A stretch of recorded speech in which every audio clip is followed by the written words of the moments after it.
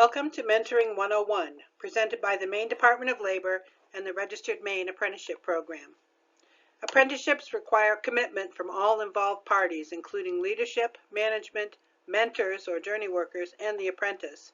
This training provides information on how to be a better mentor and will explore the mentorship model, introduce successful mentoring practice, provide insight on how adults learn, and review effective tools for mentors, including the Maine Apprenticeship Program requirements. Please print, sign, and retain the proof of participation slide at the end of this presentation. This record must be made available during routine monitoring by apprenticeship staff. What is mentoring? Mentoring has been around as long as there has been a need to pass on skills from an expert to a beginner. We've all learned from a mentor at some point in our life. Every student or child has experienced mentoring from a teacher or a parent. Here are 4 components of mentoring. Instruction. It is vital to know that adults generally have different learning styles and learning needs than children. In this presentation, we will cover how adults learn and review adult learning styles. Communication. Communication skills allow you to understand and be understood by others. These can include, but are not limited to, effectively communicating ideas to others, actively listening in conversations, giving and receiving critical feedback, and public speaking. Clear communication is vital to every organization, and it can make or break a successful apprenticeship. Solutions. Solutions and problem solving are simply the process or act of finding a resolution to a problem. Problems are a part of our everyday lives. This training highlights some effective methods for problem solving. Requirements. The Maine Apprenticeship Program has specific requirements that the mentor must fulfill. This criteria will be reviewed on a later slide. As an experienced professional, you are well aware of the need to develop and train new workers, and you possess the knowledge and skills to successfully perform the job.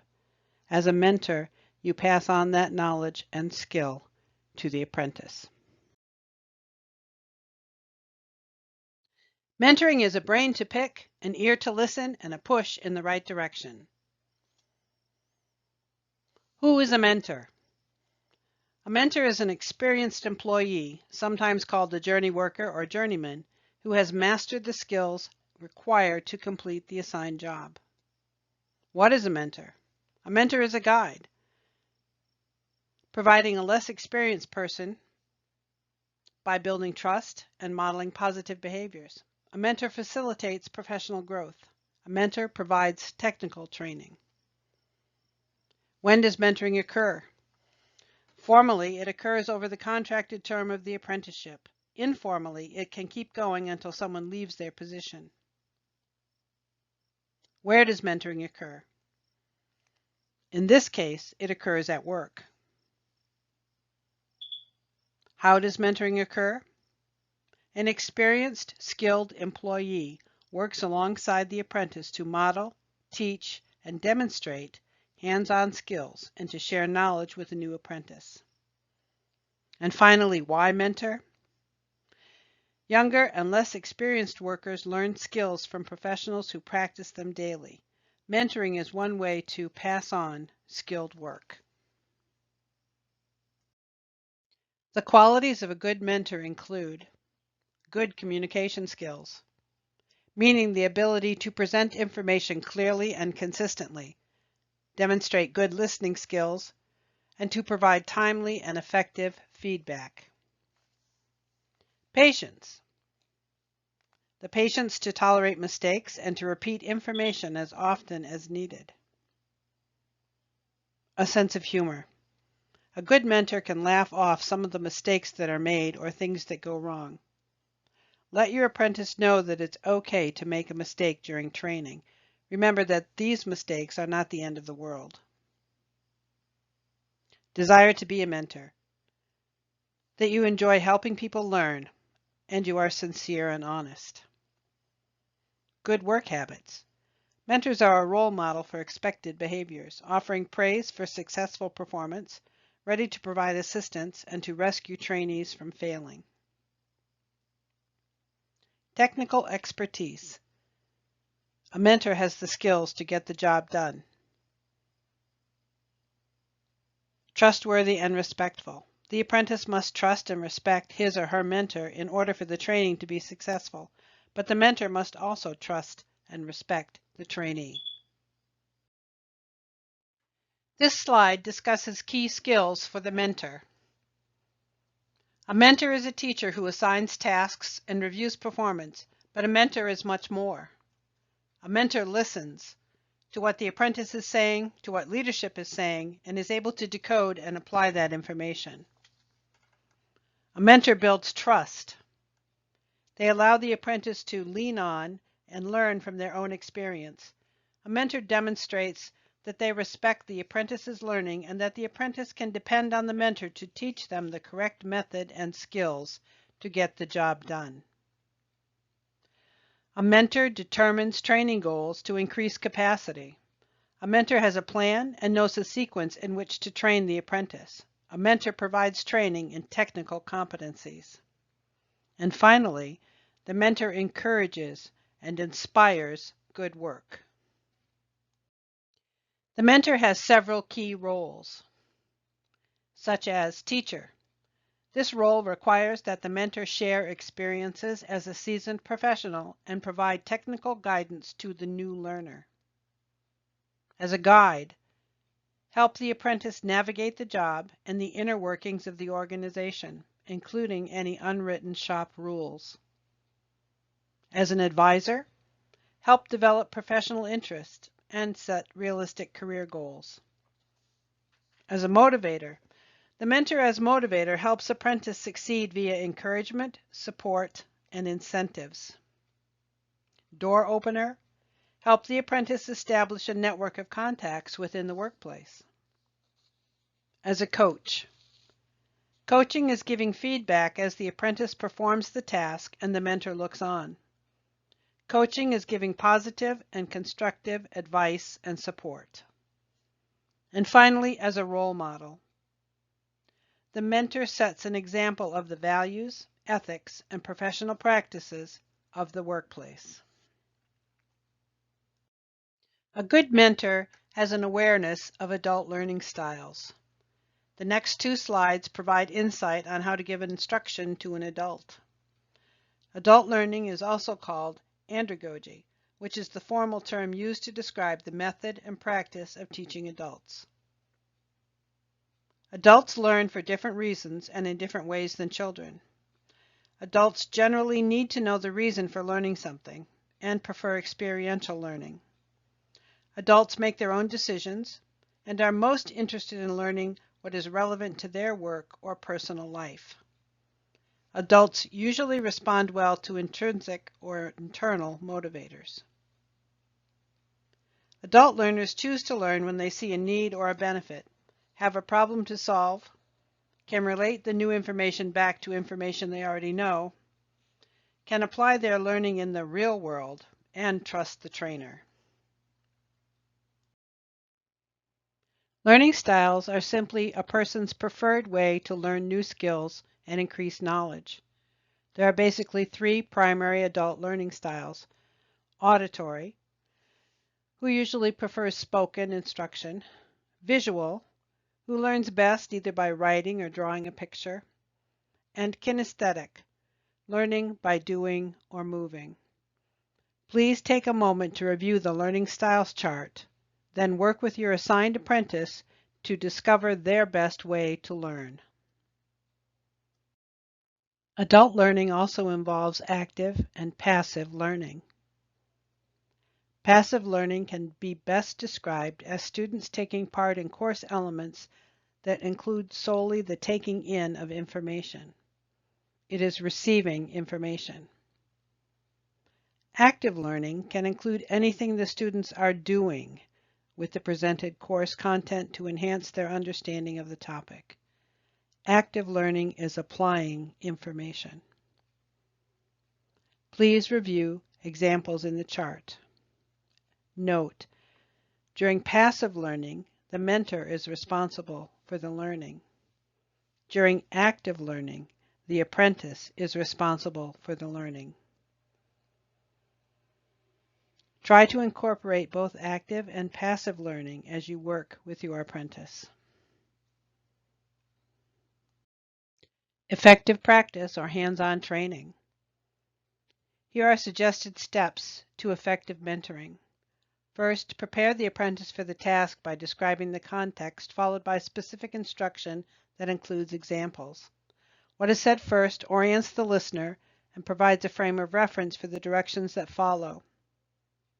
Use language the apprentice will understand, avoiding abbreviations and specialized vocabulary. Next, the apprentice practices the task, while the mentor observes. During this time, the mentor provides corrections, coaching, and encouragement.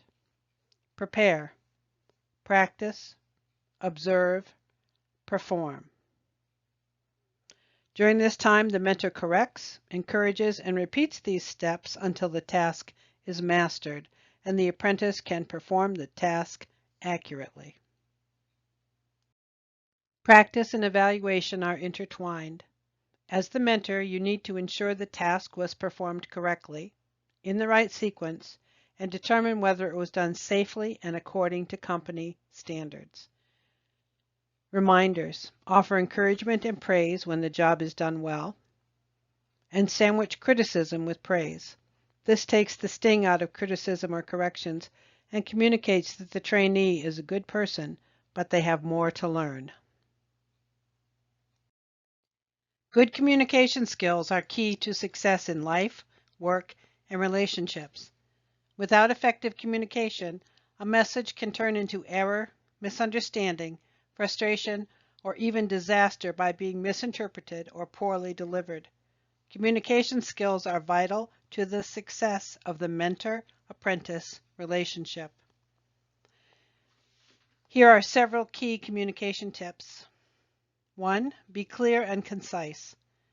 Making your message as easy to consume as possible reduces the chance of misunderstanding, speeds up projects, and helps others quickly understand your goals.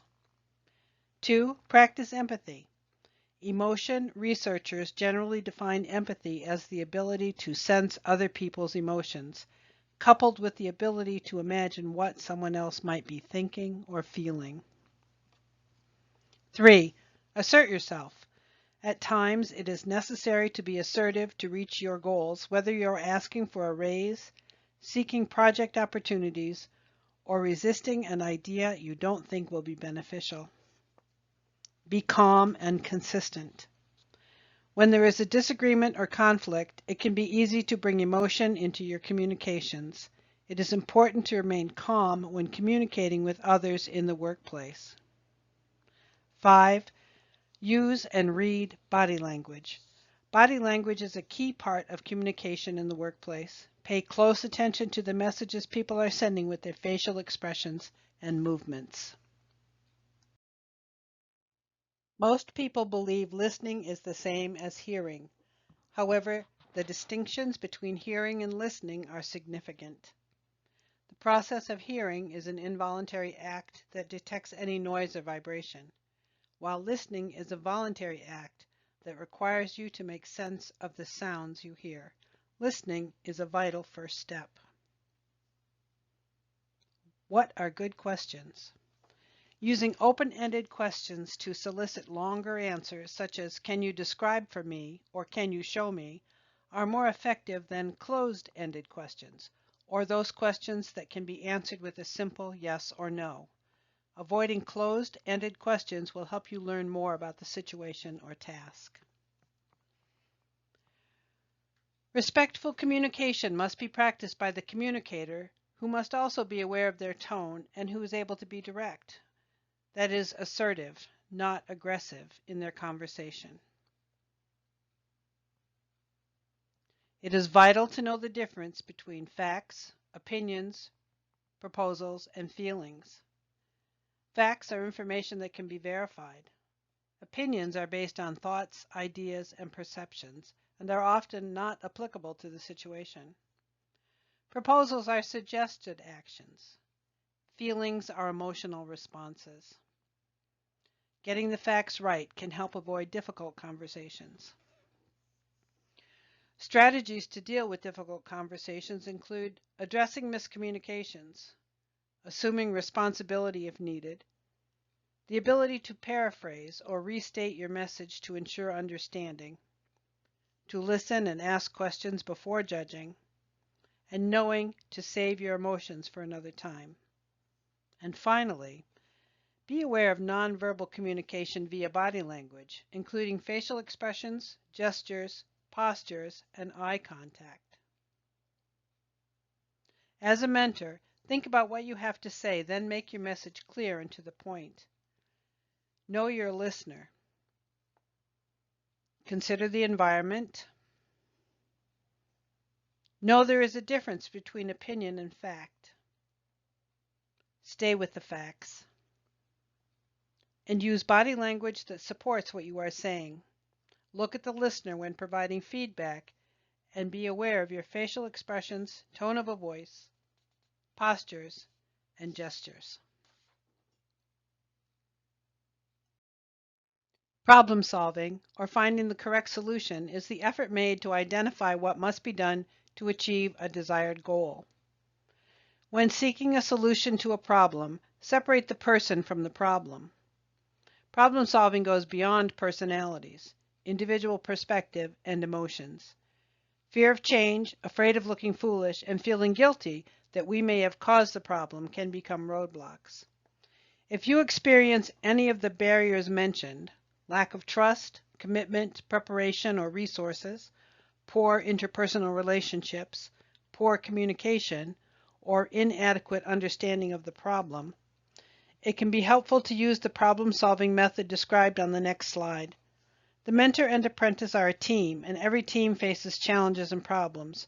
Remember, it takes effort to approach a problem in the proper way. 4 steps to effective problem solving. Step 1. Identify all aspects of the problem by brainstorming, categorizing, or prioritizing. Be careful not to accuse. Turn the problem into a neutral statement. Example, the machine is broken, not you broke the machine. Step 2. Analyze and gather data, opinions, and interpretations. Step 3. Propose alternative solutions and prioritize options. Step 4. Break down the problem into a manageable action. Identify long and short-term goals, assign specific tasks, and define the desired timeline. Finally, you can implement the plan. Successful mentoring produces many benefits, such as increased safety, improved quality and quantity of work, increased technical acuity, less waste, lower turnover, and more efficient work habits. As a mentor, you are vital to ensure that the next generation of workers maintains the desired technical skill level. Offer your own work ethic and professionalism as a role model. As a mentor, you can make this happen. Whether you are the employer, sponsor, apprentice, or mentor, you are assigned specific duties to fulfill as part of the Registered Apprenticeship Program. This list of required mentor duties will ensure a successful apprenticeship program and ensures that the requirements of the U.S. DOL Office of Apprenticeship and the main apprenticeship program are met. Please review this list of mentors' duties. It can also be found in Appendix D of the Registered Apprenticeship Standards and under Resources on this website. In summation, no one expects mentors to solve all the problems of the world. However, mentoring is a model that can inspire and motivate learning, build relationships, and increase loyalty. It is also a required component of the Registered Apprenticeship Program. Establishing a mentoring program can be relatively easy and more than worth the reward of increased knowledge and technical skills, improved safety, employee satisfaction, and improved employee retention. Thank you. If you have any questions or would like to learn more, please contact the Maine Apprenticeship Program. For a detailed list of mentor responsibilities, please see Appendix D, D1 or D2, which was included in the sponsor registration packet and also listed under Resources on this web page. Please print, sign, and retain the proof of participation slide. This record must be made available during routine monitoring by apprenticeship staff. Thank you.